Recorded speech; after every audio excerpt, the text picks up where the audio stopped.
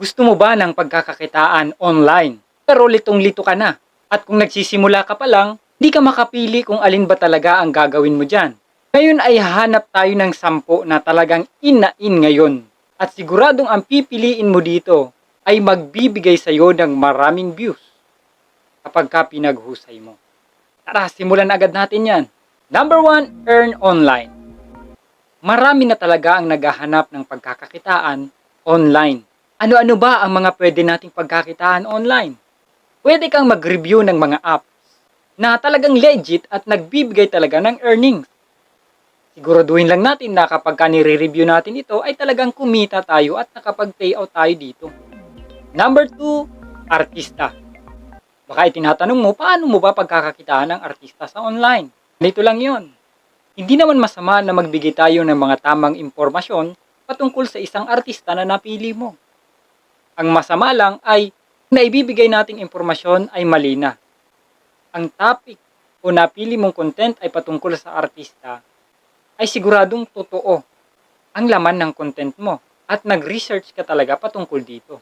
Siguradong babalik-balikan ka ng mga viewers mo. Number 3, tutorial. Walang pinag-iba sa ginagawa ko ngayon. Isang uri ito ng tutorial. Pero napakarami pang tutorial. Pwede kang mag-tutorial sa iba't ibang bagay.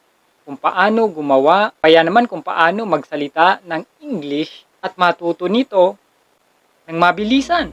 Number 4, about science. Ito ay napakahalagang content talaga. Kasi nga, napakaraming estudyante ngayon. Relate yan sa mga estudyante. Or on student ay nagre-research. Hindi na mawawala na ang content mo ay mapapanood talaga nila. Tulad ng kung paano nagsimula ang mga ganitong bagay, saan namumuhay ang mga ganitong animal, at napakarami pang iba. Number 5, mukbang. Hindi naman kaila sa'yo at nakakapanood ka talaga ng mga nagmumukbang.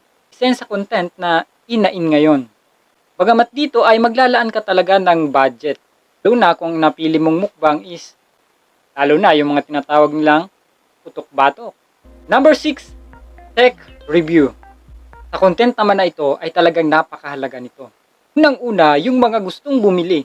Halimbawa, ang napili mo ay magre-review ka ng cellphone, mga brand new cellphone, ay ikaw na talaga ang isi-search nila.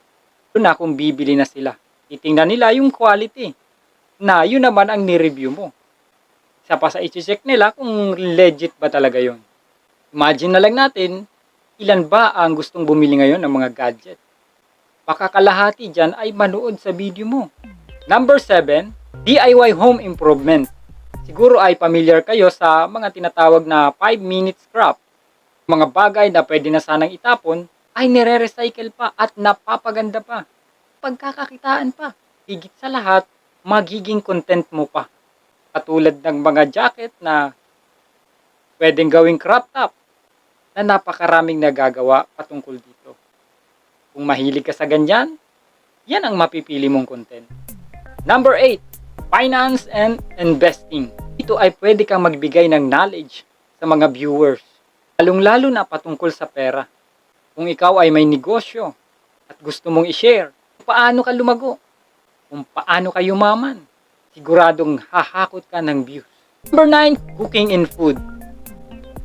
Ito ay talagang malimit nating ginagawa, hindi lang natin napapansin na pwede pala natin yan i-content. Alam mo ba kung ilang beses magluto sa isang araw? Kung isa, 2, 3, 4, hanggang 5 o kaya lalong-lalo na napakasasarap ng niluluto mo, napakarami mo ng content. Kung ang iniisip mo naman ay ang design ng kusina mo, wala namang problema sa background. Ang titingnan naman ng viewers ay ang niluluto mo at kung paano mo yan ginawa.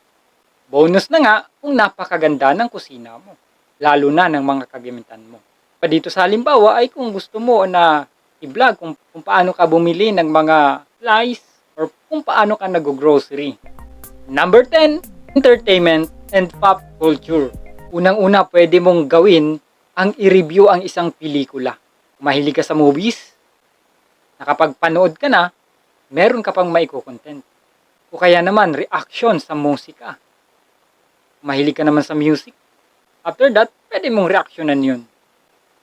At kung mahilig ka sa chika, celebrity chika, simulan mo na ang pag-content patungkol dyan. Event vlogging. Narito ang pupunta ka sa isang concert, magbibideo ka doon. Kasi nga mahilig ka sa concert, gawin mo na rin content. Award ceremony, kung mahilig ka mag-attend sa mga ganyang pagtitipon, isa rin yan sa pwedeng gawing content. Fashion and beauty, magre-react ka sa mga bagong makeup, sa mga bagong kagamitan na pangpaganda. Karamihan dyan ay manunod talaga. Kaya kung nagustuhan mo ang video na to, baka pwede namang pa-like and then pa-subscribe sa ating YouTube channel. At sana nakatulong sa iyo ang video na to at ngayon pa lang nakapag-decide ka na kung ano ba talaga ang gagawin mong content na siyang pagkakakitaan mo. So that's all. Thank you so much.